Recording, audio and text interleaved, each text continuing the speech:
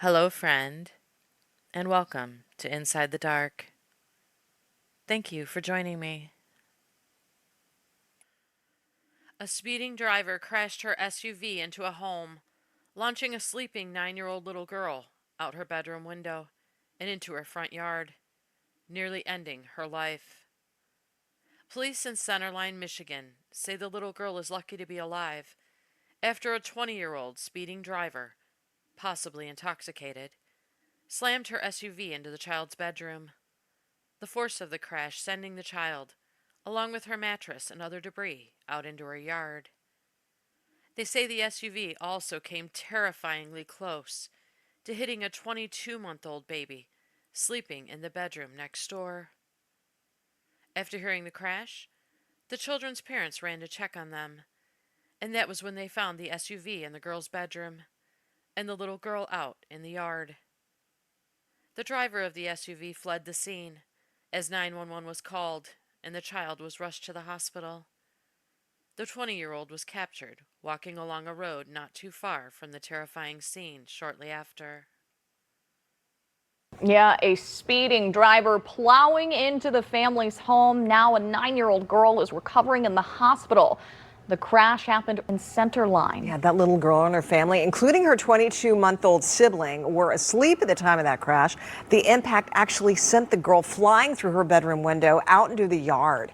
Yeah, police say that the driver tried to run away but was arrested a short time later. She is now behind bars and facing charges. Neighbors who were nearby who heard the crash said it sounded like an explosion. Take a look at the damage right here. This wall boarded up. This little girl lucky to be alive. That driver going right through her bedroom wall as she was sleeping.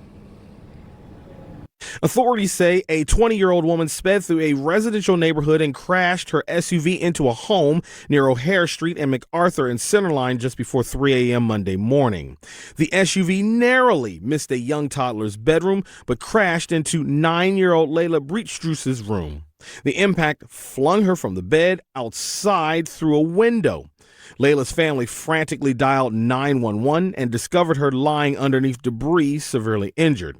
It's certainly a miracle she survived that horrific crash. She has a laceration to her liver. She's got three or four cracks in her spine. She has a fracture in her nose, and she's definitely banged and bruised up. The sound of just the car hitting the house alone just shook the neighborhood. I'm surprised anybody slept through that. I totally believe that she had an angel with her. Now, the family has set up a GoFundMe account. You can find the link to that on our website, wxyz.com.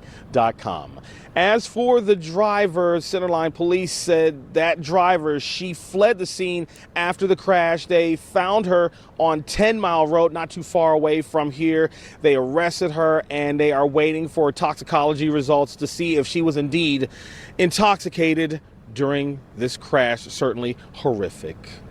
We're here live in Centerline this morning. I'm Ryan Marshall for 7 News Detroit This Morning. You can see behind me where that SUV crashed through this house and into 9-year-old Layla's bedroom. Layla's mother telling me she's just thankful her daughter is alive. Me and my fiance heard a big bang and immediately both jumped up like, oh my God, the kids. Terrifying moments in Centerline as a speeding driver crashed through this house and into 9-year-old Layla Breitstruss's bedroom and just missing Rachel's 22-month-old baby's room by just a couple of feet. The crash happened just before 3 o'clock Monday morning as Layla and her family were sleeping. And the crash so violent it sent Layla flying out of her bed through a window and outside into the yard. Rachel's fiance rushed outside searching for Layla, who was under debris from the crash. Rachel frantically dialing 911. I was so scared to go outside and see her. Police tell me the 20-year-old driver of the SUV who crashed into the house ran from the scene. Officers located her a short distance away, walking along 10 Mile Road where she was arrested. Police now awaiting results of a toxicology report to see if the 20-year-old driver was intoxicated. There's multiple charges right now. We're still in the investigative stage. Well, it was around 2:30 a.m. when someone drove right into this home behind me, nearly killing a 9-year-old girl while she was asleep in her bed. Neighbors tell us it was a terrifying scene to wake up to. But I heard the impact, and the impact was just like bang. This is footage Nico Morris took right outside of her home by the corner of O'Hare and MacArthur Streets in Centerline after she heard an SUV drive through a home, launching a sleeping 9-year-old girl out of her bed. You know, after that, we called 911. They got here, the police got here fairly quickly, and then the ambulance came as well, and they took the young lady to the hospital. Miraculously, the girl survived the crash, but she's left with serious injuries, and her family's home is destroyed. Oh, it was terrible, just seeing that car there. And then I didn't know the little girl was in front of that bed. Workers spent the day patching together the 2 gaping holes left inside of the home, while neighbors looked on, astonished by what happened. It is very sad because that little girl is probably going to be traumatized for the rest of her life every time she goes to sleep. That's what was in my head. Some new details coming out about a terrifying crash in Centerline that left a 9-year-old girl seriously hurt. Good evening. Thanks for watching. I'm Dave Spencer. And I'm Taryn Asher. An SUV smashed into her house last week while she was sleeping. And now we're hearing a lawsuit is on the way. Fox News' Charlie Langton has been following this story from the start. He joins us live. Now, Charlie, who are they suing? The driver? That's actually 3 people are being sued. We talked to the family attorney, a prominent attorney here in Macomb County, David Femininio. He said there could be 3 people responsible for this tragedy that happened 1 week ago today. We know the driver. She's already been charged criminally. She was driving, and you're not supposed to drive through a house. That's one. But then there's the owner of the car, and the law is very clear. If you, the owner, give your car to someone who does something like this, arguably, you, the owner, are responsible. And we're finding out that this driver may have been drinking at a local bar just before the crash. And if that's the case, the bar could be responsible as well. Not only would the driver who caused the accident be responsible, but also the owner would be vicariously liable for the negligent acts of the person that allowed her to drive. We're being told that she refused the all test, so they had to do the blood. And so since they had to do the blood test, it takes time. We're being told by the detective as late as this morning that the blood test should be available this week, if not next week. And really, the attorney is waiting for the results of the blood test because that's going to determine whether or not she was actually drunk. Now, this is a civil case. The cops are also waiting for the blood test results. Depending on what they are, she could be charged with more criminal acts. She is charged criminally, but that could be more charges for that. Now, where is she drinking? We're not 100% certain. We have an idea of a bar, but until we get the results back, there's no lawsuit filed, and the attorney said to hold off for right now until they do a little more investigation. As far as Layla's goes, she's doing okay, but she's going to have a long time in physical therapy. We are hearing from a 9-year-old Macomb County girl who's recovering in the hospital after a freak incident. Early on Monday morning, a car slammed into her Centerline home. The car went through the girl's bedroom, hitting her bed so hard the mattress and she were thrown into the front yard. Here's my conversation with little Layla. I know it's kind of tough to talk about, but do you remember what happened that morning? Just a little. This is all I remember, but I remember getting thrown on the ground and then everything falling on me and then trying to crawl out, and then my stepdad, Casey, picking me up, making sure I was safe, and then yelling for someone. Yeah. Do you remember or hear the car at all, or were you just kind of still asleep and didn't know what was going on? I was still asleep and didn't know what was going on. Oh my gosh. So what's going on right now? I mean, obviously, I know you're still in the hospital. I can see your face is still cut up a little bit. How are you feeling? I'm feeling better than I'm usually in the hospital. Yeah. And I know that you've got some injuries that are kind of inside. I heard your spine is an issue. Do you know what's going on there? Yeah, it's like the low part of my spine with my tailbone is fractured, I think. Mm-hmm. And I have a big bruise there. I can't imagine. So once your stepdad Casey was trying to help you, what happened? Like, were there a bunch of police officers and like ambulance? Like, what happened? I heard someone say call 911, and then police officers came, and we were all waiting for the ambulance. Hmm. Yeah. So there have been a lot of people that have been really great in trying to help you and your mom and stepdad with some donations. I'm not sure if you've looked at that website at all, but there's a good chunk of money in there. How do you feel about everybody kind of supporting and rallying around you? I I feel amazing. I feel grateful for everybody helping and supporting me and my family. So your house is kind of a disaster right now. Yeah. Are you afraid to go back there? Are you looking forward to getting back there once it gets fixed up? I'm a little scared to go back because I don't want the same thing to happen, but to somebody else instead of me in my house. So, I even saw a picture. I'm guessing it was maybe a friend of yours who came to visit you at the hospital. yeah, she's been my best friend for can't even tell you how long.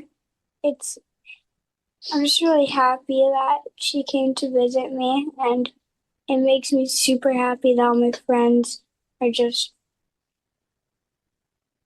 they're all just so nice and kind, and I'm super happy to have them as friends. One last thing, there's been lots of people, obviously, that have helped take care of you, from the police officers to the paramedics and all of your doctors there. What would you like to say to everybody who's trying to make you feel better?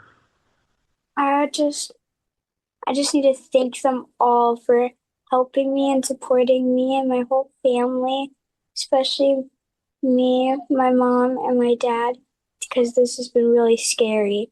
So I'm just really grateful and happy. And where did you get that cool Lions blanket? My dad actually got it for me Before or after this happened? before. Oh, gotcha. Okay. All right. Layla, thank you so much. It was really nice to meet you. It was nice to meet you too. Can I talk to your mom for a second? Yeah. We're here. Hey, mom, how are you? I'm here. Yeah. What was all that like when it happened? Because I'm imagining you and Casey were probably fast asleep. Yeah. I honestly can't even explain that feeling.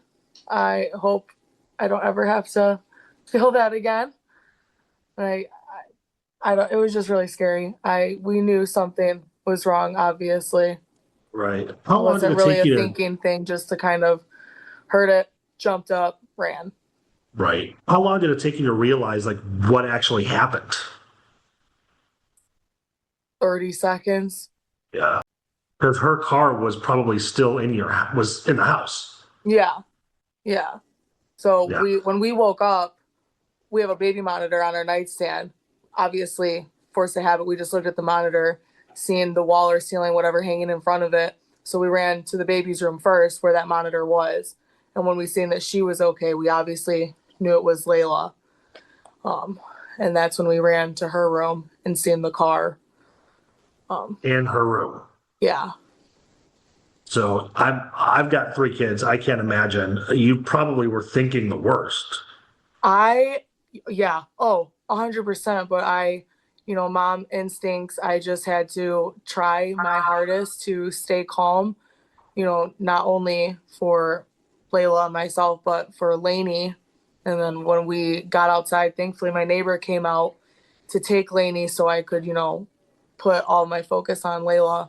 And I just remember just telling her she was okay, just, just, just making her feel safe and comfortable, even when we didn't know if she was actually okay or not.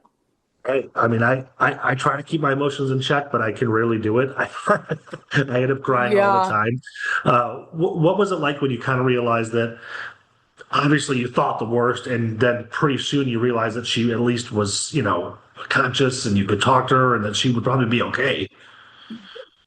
I don't want to say relief, but it was like a relief that she was conscious and speaking to me and knew who she was, where she was. and, could open her eyes and, look at me. Right. And same thing I asked Layla. There have been so many people that have been donating to help you guys out. That must be also just a huge weight off your shoulders because I cannot imagine what those medical bills are going to look like. Yeah, that and, probably well, fixing it, but more so finding a new place to go to anyways and getting her, a new cool room of her dreams that she, can sleep in as comfortable as possible. Are you good with going back to that house, or do you want to try to find something else somewhere else? Um, Realistically, I would love to go back to our home that's been our home, almost Layla's whole life. But I still haven't even been back there yet. So I mean, I don't know. I can imagine I could say I can go back now, but as soon as I step into the house, I might feel a little different. I know you've seen that the driver has been arrested. Yeah. Yep. Are you angry? Do you forgive? Where are you at? I haven't even had the energy to think about her, really. I do hope that, you know, sh- she learns her lesson, but I hope that this is scarring her forever. Thank you for joining me for this episode of Inside the Dark. Take care, and don't forget to like this video and subscribe to my channel, where I'll be waiting to take you back inside the dark.